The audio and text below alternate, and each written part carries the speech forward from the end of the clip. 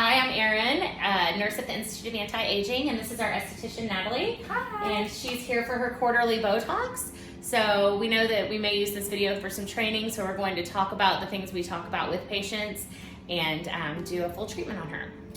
So, Natalie, you know that Botox works to inhibit the forceful contraction of muscles in our face, right? So if we can make it where when we flex the muscles between our brows that the skin no longer creases, or if we can relax it when we raise our eyebrows so that this skin no longer creases, we'll start to see a lot more smoothing. We'll see the skin look great and give it a more arrested, youthful appearance.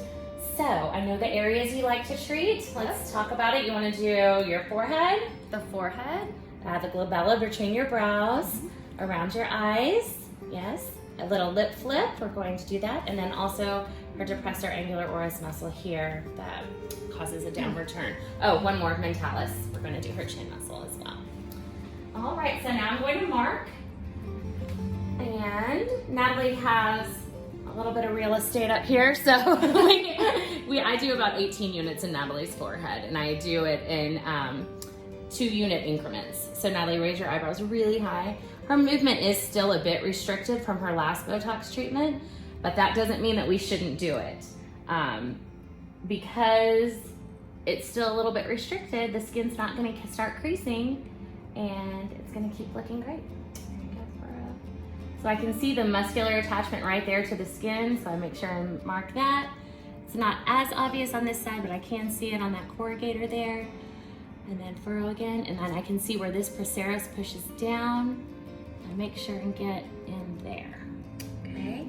And now she's got some strong orb oc, we call it, the orbis ocularis. So I just get multiple points, and Natalie likes to go all the way under the eye. We go as far as mid-pupil here, and we're good with it. I do 14 units around each of Natalie's eyes. Each of these sites, we do 2.8 units. Each of these sites, we do 2.8 units. Each of these, we do 2 units. One more big smile. One more smile. That's a little. Okay. And then I also have her squeeze her eyes tight, really tight shut. And make sure that this dot here is where that pulls down. Same over here. See how that pulls down? Now relax. That will help to give her a pretty, nothing great, not looking weird, but it'll just kind of elevate the tip of her brow a little bit, which always looks nice. She's got really pretty eyes. It's nice to open them up. that's why I like that dot in the middle. Exactly. Now pucker again. So here at our little lip flip, we do a very small amount. We do 2 ticks and 1 tick. 2 and 1. So that's 0.8 units, 0.4 units, 0.8, 0.4. And all that does, it just inhibits that little vertical lip line, and it also makes the lip roll out a little bit. And then same down here. 2 ticks medially, 1 tick laterally.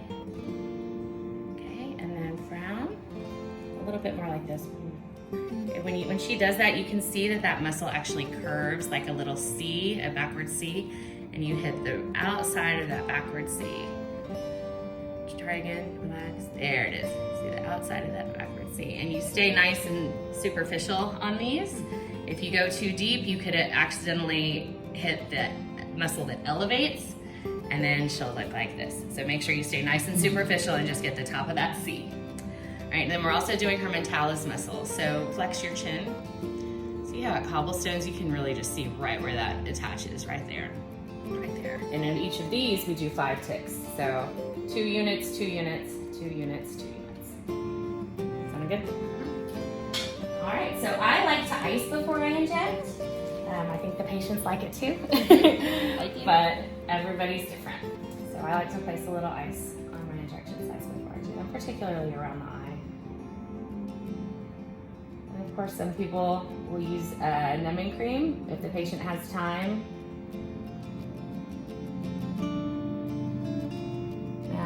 I like to do the first injection there, and then because my needle's extra, extra sharp, I do the second one here, under the eye.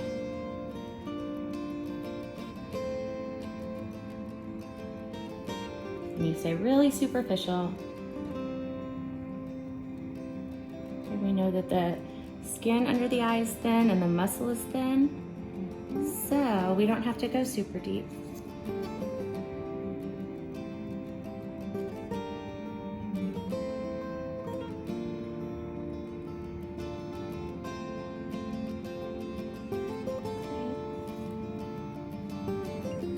Smile really big. Good, and relax.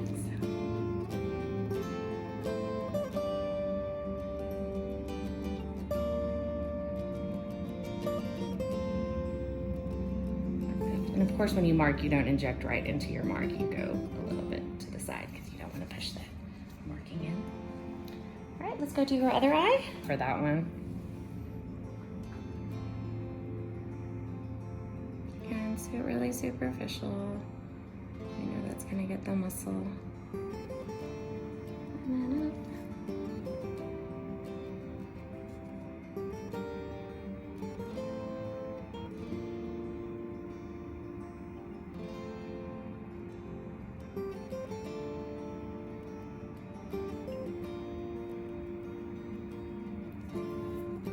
And this would probably be considered like a mildly aggressive treatment around the eye.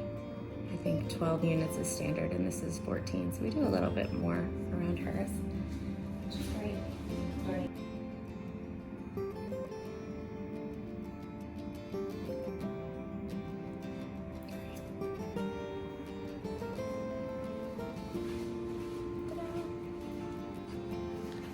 And the bumps will go down in about 5 minutes, 5 to 10. Okay, for Allergan, squint. Good, and relax. And of course we know in these corrugators we stay nice and superficial. Always remember your anatomy, right? The corrugators lay on top.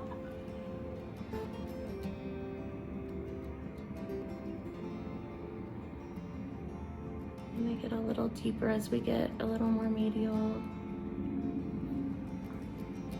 But remember that under all of this you have the frontalis, so you don't want to go too deep and get the muscle that elevates the brow.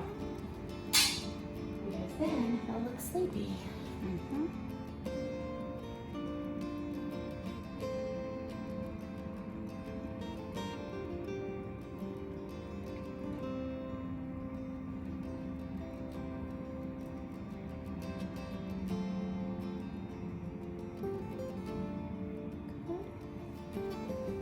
Raise your eyebrows up a bit. And relax. And Natalie is prone to a pointy eyebrow. Some people will call it Spock eye. Raise them up again. So we make sure to place them laterally enough that she doesn't do that, so she doesn't look permanently surprised.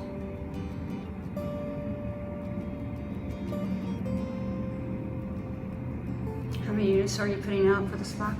Out here I did 4. Okay. I'm in 5. Raise your eyebrows really high. Up. Fixable though. Yeah, fixable. Definitely fixable. Raise your eyebrows up. And relax.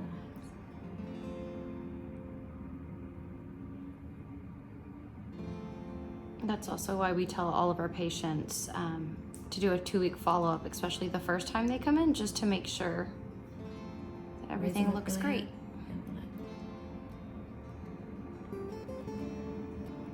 So everybody's different, but you can see she doesn't have a ton of movement way up here. If she did, I would need to treat up higher as well.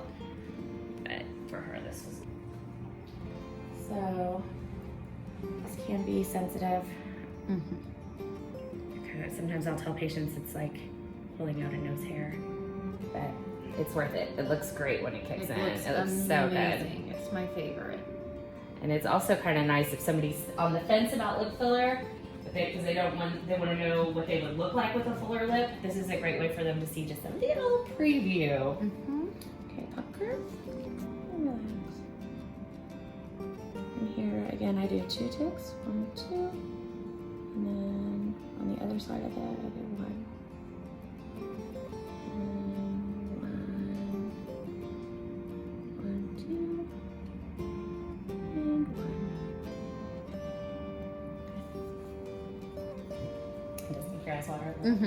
But not bad. Yeah. And same on the bottom. 2 medially and 1 laterally. Besides the lip flip, the part that I love about it is because I feel like so many patients come in when they start to get the vertical lines, and those are the hardest things to treat once you have them. Agreed. So by being preventative with the Botox, that really does Getting help. some in there to inhibit that contraction up here, it really does. I would completely agree with that, because once those are etched in, Yeah. they are hard to take away. I'm going to tell you this way just a little bit.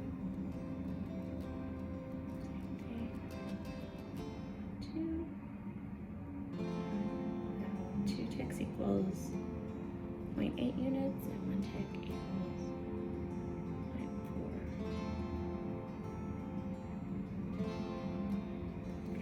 0.4. Good.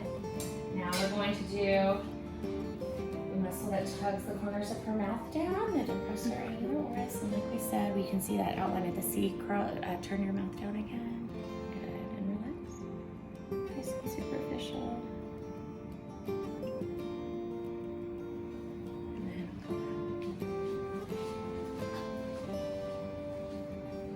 round. That one's even a little more obvious.